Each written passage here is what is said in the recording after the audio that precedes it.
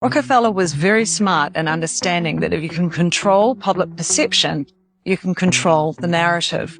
So he famously, later in 1914, hired a man by the name of Ivy Lee, who is considered today to be the modern founder of public relations. So Lee crafted a more favorable public perception of Rockefeller, portraying him as a philanthropist and benevolent businessman. As Rockefeller started switching over towards the pharmaceutical industry, he had one major challenge at the time, and that was natural health. Earlier in 1909, Rockefeller had employed a man by the name of Abraham Flexner.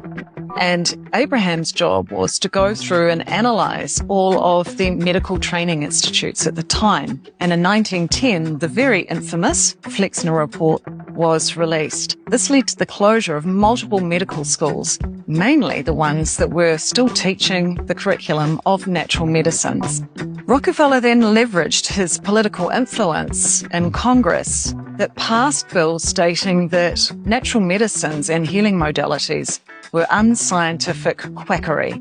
Rockefeller organized propagandists to invert reality, to sway people away from the use of natural medicines towards allopathic medicines. It was established that allopathic medicine would focus solely on the use of synthetic substances, vaccines, and surgeries. And this was the foundation of Western medicine today. Medicines that had been used for thousands of years were all of a sudden seen as alternative, while the use of petroleum-based, highly addictive and patentable drugs were declared the gold standard.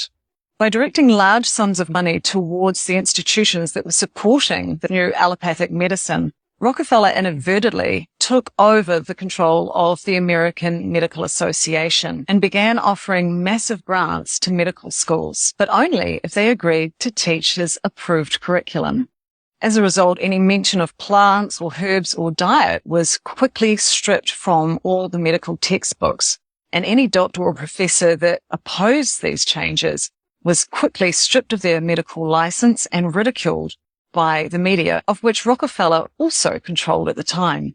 Those who dared to speak out were arrested and jailed. But it gets worse. When evidence that these synthetic petroleum-based drugs were starting to cause cancer, Rockefeller founded the American Cancer Association to suppress and bury this information, and again, to create a public perception that he was indeed a well-meaning philanthropist. J.D. Rockefeller is duly accredited to be the founder or the forefather of the pharmaceutical industrial complex.